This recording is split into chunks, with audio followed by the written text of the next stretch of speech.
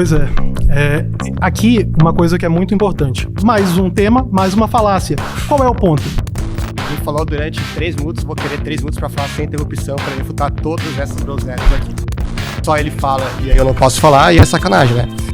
Falsificação em um debate é uma coisa feia, você deveria se envergonhar disso. Quem é que escreveu o Evangelho de Mateus? Por que você tá tão nervosinho? Como é que você sabe quem escreveu o Evangelho de Mateus? Tá bufando, tá gritando, parece louco. Através dos escritos dos primeiros séculos. Esses escritos são unânimes em afirmar o quê? Eles são unânimes em afirmar calma, eu não vou te bater. O Evangelho de Mateus foi originalmente escrito em aramaico. Em aramaico não tem como diferenciar as palavras Pedro e pedra. Você acha que você sabe mais sobre a interpretação de texto? Deixa eu falar que você falou muito mais. Você acha que você sabe mais de interpretação desse texto do que os próprios pais da igreja que vocês têm como autoridade? Não, não reconhece. Grita aí, e aí a gente tem também que destacar mais uma coisa. Tem sempre esse tipo de gente aí, né, sem caráter, que tem como estratégia pra ganhar o debate de mim. Eles sabem que se deixarem falar, perdem. Eu estou sentindo uma treta! Será que finalmente o Lucas Banzoli ganhou de algum católico nos argumentos? Pois é, rolou mais um debate aí, mais dessa vez entre o Lucas Banzoli e 25 católicos. Lembrando, o Banzoli é aquele que o Ariel já debateu em outro podcast, ele também debate com outras pessoas aí católicas, e dessa vez foi ele mais 25 católicos. Eu separei um trecho aqui que resume perfeitamente como foi este debate, tá? Então vamos aqui reagir, vamos ver o que os católicos falam. Pequeno detalhe aqui, tá? Esse trecho que eu separei é do tema 3, onde o Banzoli afirmou aí que a tradição oral romanista não é confiável. Ou seja, aquilo que nós vivemos da tradição não é confiável. Romanista é nós que somos Igreja Católica Apostólica Romana, tá? Vamos lá. Pois aqui uma coisa que é muito importante. Mais um tema, mais uma falácia. Qual é o ponto? Nós temos Santo Epifânio de Salamina, no capítulo 79 da obra Panarion, ainda no século IV. O que ele fala? Pois Maria, se posso dizer mais alguma coisa sobre ela, é como Elias, que foi virgem desde o ventre de sua mãe. Permaneceu assim perpetuamente, foi assunta aos céus, em grego analamba nomenos, e não viu a morte. Século IV. Mas isso no Oriente. Mas e no Ocidente? Nós temos o sarcófago de Saragoça, que data de 330 e também retrata uma mulher no centro do sarcófago sendo levada aos céus e ao redor dela 12 homens representando os 12 apóstolos. Então, o que se percebe é que já no século IV, tanto no Oriente quanto no Ocidente, já havia a crença na Assunção de Maria. Os escritos de Epifânio é importante destacar que o principal especialista neles é Stephen Schoemaker. Ele escreveu 2 livros sobre a Assunção de Maria. Esses livros abordam e mostram de maneira inequívoca que, apesar de na Carta à Arábia ele ter uma posição ainda de certo agnosticismo, posteriormente, já no capítulo 79 na Panarion, ele claramente afirma que Maria é como Elias, que não viu a morte e foi assunta aos céus. Legal. Eu vou... ele falou durante 3 minutos, vou querer 3 minutos para falar sem interrupção, para refutar todas essas groselhas aqui. Se tem uma coisa que eu não gosto quando o Lucas Banzoli tá nos debates, é esse posicionamento dele de ficar em silêncio. Isso é uma estratégia num debate, porque ele deixa a pessoa falar e depois repara que ele ficou no gesto. É eu. Aí depois o que ele faz? Não, você falou por 3 minutos. Agora eu tenho 3 minutos para falar. Meu filho, o debate é assim, papum. Né? E por que eu falei que isso resume muito o que foi o debate? Porque ele fez isso ao longo do debate. E aí os católicos continuaram falando. E aí isso demonstra para a audiência que os católicos foram desrespeitosos. Que eles foram como se fosse um ataque assim deles, né? E se você for ver nos comentários aí do podcast, pareceu, né? Então... ponto pro Banzoli, porque ele conseguiu mostrar que ele, ai meu Deus, coitado, ele não teve tempo de falar. Sendo que muitas vezes nos vídeos dele, ele vive falando um monte de coisa. Aliás, no debate contra o Ariel, ele fez a mesma coisa. Só que aí, no do Ariel, ele tem lá a questão do tempo, e aí eles combinaram tudo isso. Agora, dentro de um debate como esse, a pessoa falou, você já... rebate. Aliás, se você for assistir os outros, você vai vendo que cada um tem uma forma de debater. No caso do Banzoli, ele tem essa estratégia aí, acaba mostrando que ele entende mais, né? Vamos um por um. Porque se só ele fala e aí eu não posso falar, aí é sacanagem, né? Bom, vamos lá. A estratégia de vocês é essa mesmo, né? Só vocês falarem e não deixar eu falar. Aí é fácil, aí qualquer um ganha debate, né?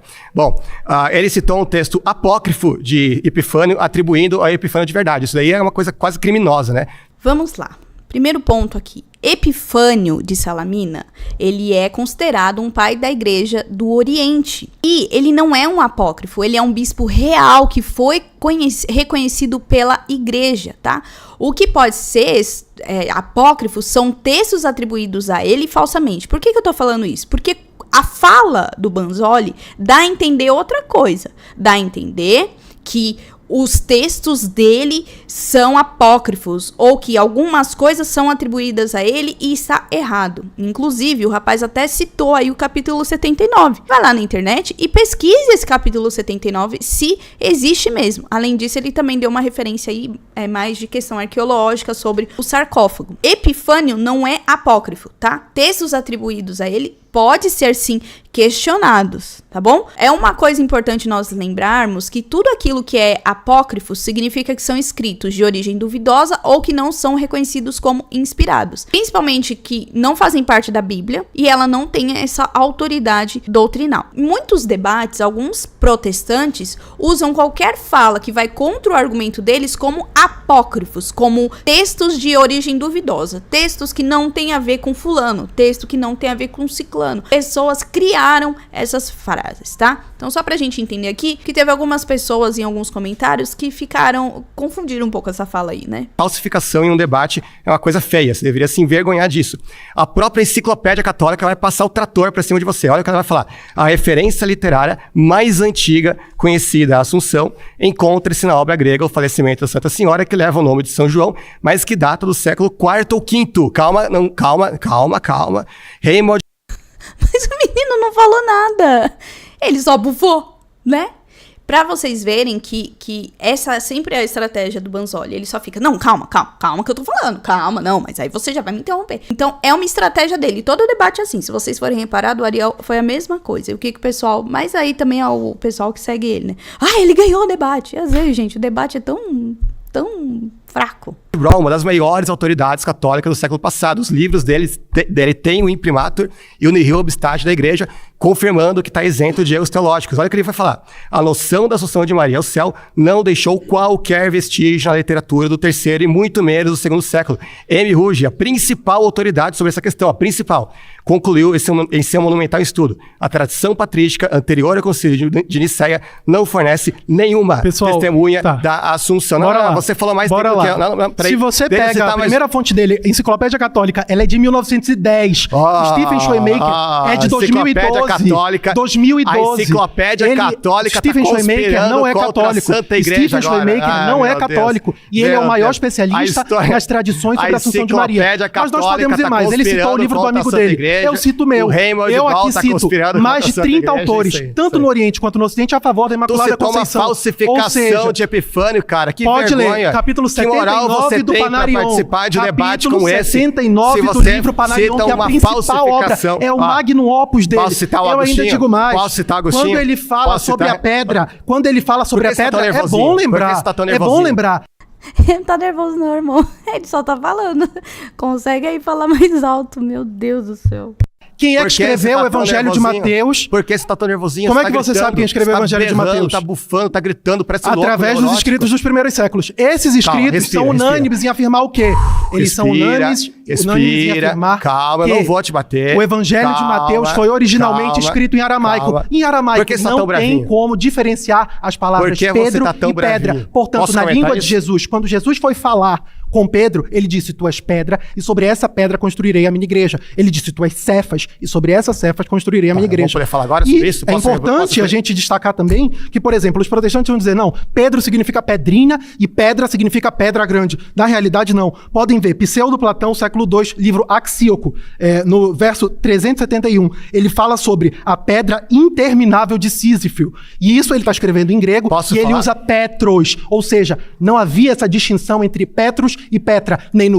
Só uma pausa aqui, porque aí já saiu da Assunção, foi para Petros, enfim, né? Vale nós lembrarmos aqui que o Banzoli, ele citou o Raymond Brown, né? Ele, primeiro, O Raymond Brown, ele falou, e foi até a frase que o Banzoli usou aí, não há uma evidência bíblica clara da Assunção. E os primeiros séculos não têm o testemunho explícito forte sobre isso. O que o Raymond Brown faz é uma análise histórica crítica, não é uma negação do dogma. Ele não fala, Nossa Senhora não foi assunta ao céu. Né? Então, ela não é uma prova definitiva de que não houve assunção e que nós não devemos acreditar nisso. Primeiro, ele não é uma autoridade final da igreja. A autoridade doutrinal é magistério, tradição e escritura. Não é um teólogo individual. É um ponto que eu particularmente não gosto em muito debate, porque um traz um teólogo que gosta, o outro traz um historiador que gosta. Não, vamos lá, o que a igreja fala?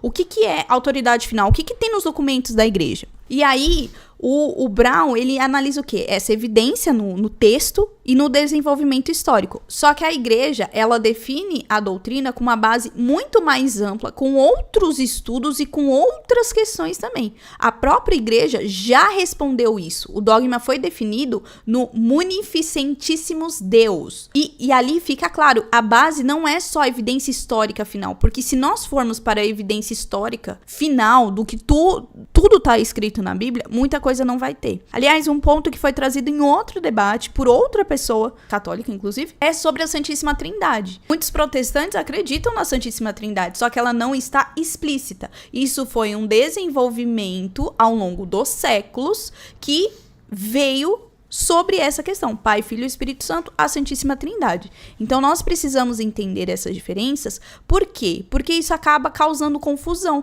E são essas confusões que atiçam esses debates a ficarem mais cheio de fogo e mais cheio de não ajuda a pessoa na questão da fé, entende? Grego, nem no aramaico. Legal. Agora, a sua estratégia é essa mesmo, né? Você fala 5 minutos sem parar, não olha pra mim, sequer olha pra mim, não deixa eu falar, não deixa eu comentar os seus textos e depois eu começo e tento interromper, né? E ainda fica gritando, bufando, meu Deus, nunca vi algo assim. Vamos lá. Primeiro, ele não gritou, ele bufou, ok, bufar é normal, né? A pessoa, quando tá debatendo, ela não precisa olhar pra você, é uma estratégia. E a sua estratégia também é sempre ficar em silêncio quando alguém tá falando, né? Pra depois vir com esses argumentos. Ah, você não me deixa falar. Ah, você isso. Ah, você aquilo. O tempo que o Banzoli perde em falar, ah, você não me deixa falar. Olha, mas não sei o que. Você poderia estar argumentando sobre tudo o que ele falou, né? Você não tinha falado que Epifânio ou tudo isso que ele falou é uma groselha? É uma groselha por quê? Por que você chamou a frase que ele trouxe ali de apócrifo? É isso que num debate muitas vezes falta. Acaba indo mais pro ad hominem. Ah, você tá falando isso? Você não deixa falar, mas você isso, mas não sei o que diz. Vamos lá pras evidências, né? Vamos lá, contesta o que ele tá falando. Na minha vida, mas enfim, vamos lá. Você disse, Jesus falou em aramaico. Uau, nossa, que surpresa. O problema é o seguinte, o texto em aramaico tem uma ambiguidade que o grego desfaz, porque faz a diferença entre Petros e Petri. E você sabe que existe a diferença entre os dois. Por quê? Porque os próprios pais da igreja, ao comentar esse texto, destacaram isso. Agostinho vai explicitamente comentar sobre isso. A esmagadora maioria dos pais da igreja, você sabe que isso é verdade, não adianta tentar mentir. Não. Eles comentando esse texto, você acha que você sabe mais sobre a interpretação de... Deixa eu falar que você falou muito mais. Você acha que você sabe mais de interpretação desse texto do que os próprios pais da igreja que vocês têm como autoridade? Não, isso é uma vergonha. Eu discordo em premissa, eu não concordo que a maioria dos pais da igreja concordam com a tua opinião. Eu concordo pelo contrário. O primeiro a comentar o texto foi Tertuliano. O primeiro a comentar o texto foi Tertuliano. Ele fala que Pedro... Ele fala que o Pedro é a pedra. Ele fala... Pois é, aí você vê a contradição de quem sabe que Pedro é a pedra, como você, mas que não reconhece... Não reconhece. Grita aí, e aí a gente tem também que destacar mais uma coisa. Ele falou do Raymond Brown. Ele falou do Raymond Brown. O Raymond Brown fez um estudo ecumênico com grandes autoridades protestantes no meio acadêmico. E qual foi a conclusão dele e dos amigos protestantes deles sobre a pedra de Mateus 16, 18?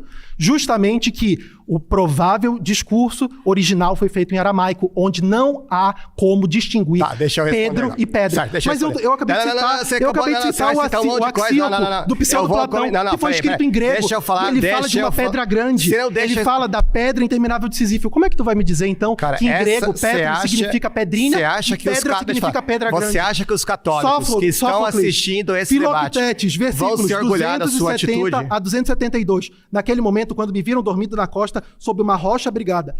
Olha como o texto fala. A pedra era tão grande, e aqui ele está usando Petros também em grego, que a pessoa podia se deitar. Ou seja, Não há distinção entre pedrinha e pedra grande, como os protestantes geralmente tentam alegar quando eles falam de Mateus 16, 18. Então, a gente vê que o aramaico nos apoia e o grego nos apoia. E o que apoia eles, falácias. Eu fico imaginando os católicos, o católico sincero, né, que tá lá em casa assistindo esse debate, vendo o debatedor católico tendo esse exemplo de comportamento, gritando sem parar, feito um lunático, um louco aqui desvairado, enquanto não deixa eu falar, preencheu 90% do tempo aqui e não deixa eu sequer responder uma vírgula. Eu acho que o seu comportamento fala mais alto do que os seus argumentos, mas deixa eu comentar. Calma que eu vou comentar. Caríssimo, mas você é uma contradição ambulante. Agora eu vou falar. Você fala de Clemente pra dizer que Pedro era casado e tu pergunta, Clemente fala que... Você vai deixar eu falar, isso não é o debate. Isso não é o debate. Hora que você fala, você não deixa eu falar, você prova que você não tem o controle do debate. E você poderia falar, né?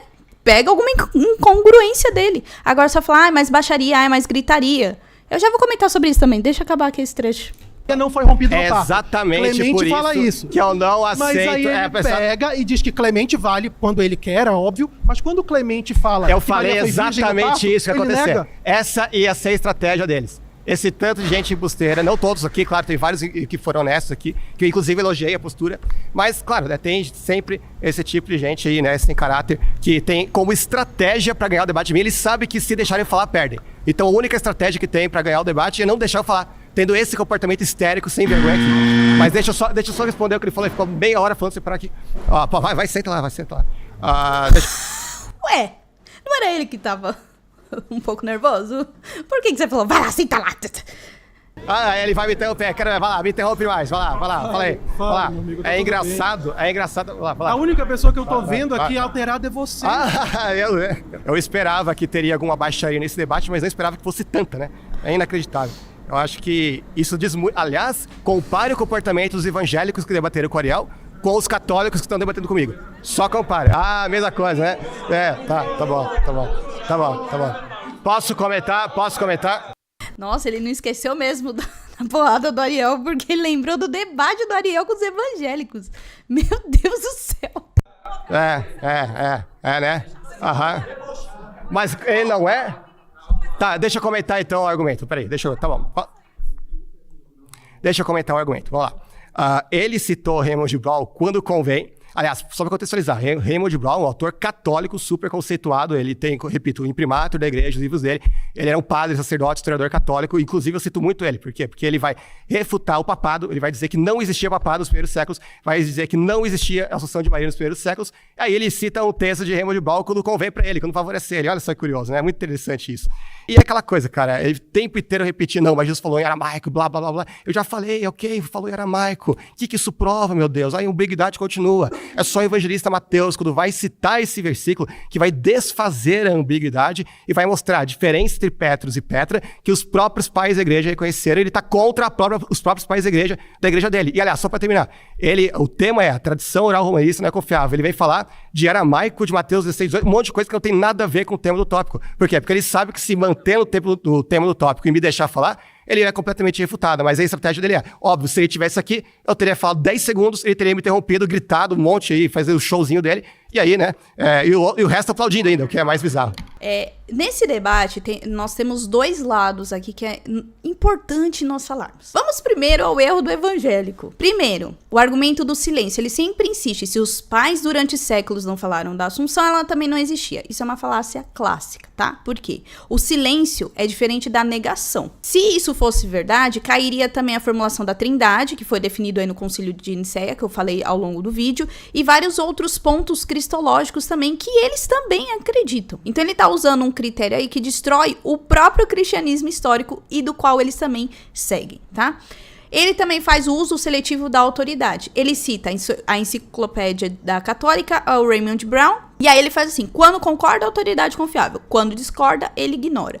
Isso aí o pessoal chama de cherry picking. E o que isso significa? É uma seleção tendenciosa. É quando alguém escolhe só evidências que favorecem o próprio argumento e ignora tudo aquilo que pode contrariar. E sabe o que é mais engraçado? A igreja, ela não exclui quem contraria os dogmas. E é por isso que nós temos acesso, contraria ou deixa alguma questão para nós refletirmos, como muitos padres da igreja. Aliás, nos últimos concílios aí, né, que são mais recentes, tinha pessoas que pensavam totalmente diferente. O Concílio do Vaticano II tinha evangélicos ali, né, protestantes, que falavam, que trouxeram a sua visão. Então a igreja, ela não tira quem contraria, o que não quer dizer que elas são autoridade máxima para determinar, não para falar sobre, mas para determinar muitas questões, tá? Uma outra questão que o Banzoli, ele se confunde aí, sobre esse desenvolvimento da doutrina, que eu falei durante o vídeo.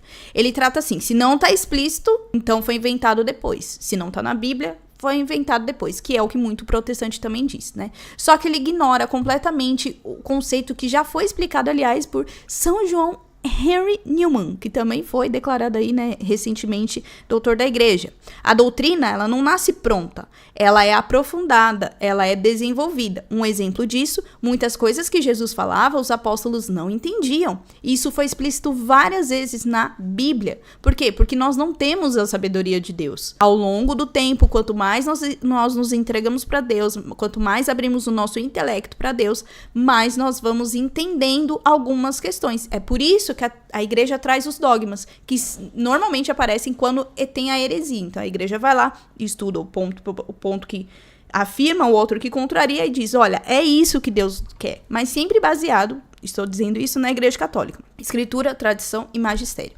E aí um outro ponto que é clássico também, não só do Banzoli, mas de outros protestantes, é o ataque pessoal, é o ataque à pessoa, o famoso ad hominem, que ele chama de criminoso, sem caráter, louco. Isso não refuta argumento nenhum, gente. Isso só enfraquece o Banzoli e não a pessoa que falou. Ah, mas você tá falando isso. Não, porque todo mundo ficou aplaudindo. Ele foca na pessoa e não no argumento. E aí tem também essa questão do Mateus 16, Petra, né? Que ele afirmou que o grego resolve essa ambiguidade, mas ele ignora que existe o contexto aramaico e o uso flexível de Petros, que é no grego também. Isso também acontece hoje em dia. Lembra que eu falei? Existe a questão de se ajoelhar, aliás, já falei isso em vários vídeos, para uns é de um jeito, para outros é de outro. Então, é um debate legítimo, mas ele apresenta como se já tivesse resolvido. E aí tem um ponto aqui, os erros dos católicos que reforçam isso, tá? Eu particularmente não gostei da postura dos católicos ao longo desse debate, pelo menos dentro daquilo que foi a edição aí. Eu acho que eles poderiam ter usado outros argumentos em relação a, por exemplo, a Assunção de Nossa Senhora, ter falado sobre isso, sobre essas questões que são desenvolvidas na questão da tradição oral. Eles acabaram caindo na armadilha, alguns, do Banzoli, dele ficar silêncio e aí ficar falando, né? Eu acredito que eles poderiam ter feito mais perguntas e pegado essa estratégia aí do Banzoli. Aí, essa questão do Epifânio de Salamina e o sarcófago. O problema disso é que isso não prova claramente a questão da Assunção como a doutrina definida. Claro, é um tempo muito reduzido ali, não tem como trazer todos os argumentos de um dogma da igreja, seja ele qual for, né? Mas, o que acontece? Isso vai dar ponto pro evangélico, ele vai acertar ao questionar essas evidências. Então, muitas vezes em debates, nós temos que pegar informações que meio que comprovam essas evidências, né? Tem a questão do exagero sobre Epifânio, né? Que ele é conhecido justamente por dizer, ninguém sabia o fim de Maria com certeza. Ou seja, usar ele como prova clara da Assunção é arriscado e dá margem para a questão evangélica. E o Banzoli usou, assim, de forma inteligente essa questão. Esse apelo ao especialista moderno aí, que citou o Stephen Schormark aí, eu não gostei muito porque ele é mais recente, ele poderia ter trazido um pai da igreja, então ele não resolveu o problema histórico sozinho, né? Porque o debate não é quem escreveu mais livros ou quem é mais atual ou não. O que realmente é crido são os primeiros séculos, ou algum trecho bíblico, e eu, de verdade, nisso, o Ariel, ele faz muito bem. E aí, essa falha estratégica aí, foi ele tentar provar que a Assunção já era claramente crida desde cedo. Isso daí é desnecessário e acaba sendo fraco historicamente, tá? A posição católica, ela não é essa. Por quê?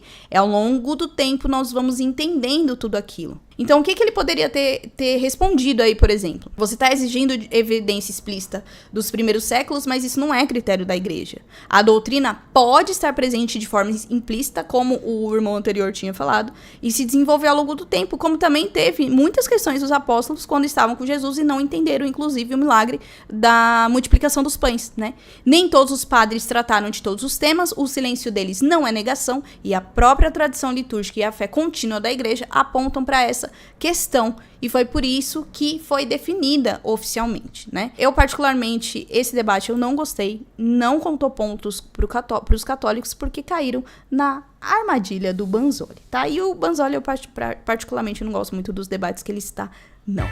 Logo trarei mais um tema aí sobre esse debate, com certeza. Tem outros debates que a gente vai trazer, tá bom? Agora me conta se você conseguiu terminar de assistir esse podcast, que eu vou falar que isso foi difícil terminar de assistir, viu? Jesus misericórdia. Deixa aqui nos comentários, mas por favor, não siga o exemplo de gritar ou de atacar, tá? Respeite essas regrinhas ao você comentar sobre esse debate, seja sobre um ou sobre outro. Não esquece do meu joinha, de se inscrever no canal e também ativar o seu sininho. Então é isso. Até o próximo vídeo, até o próximo react. Tchau!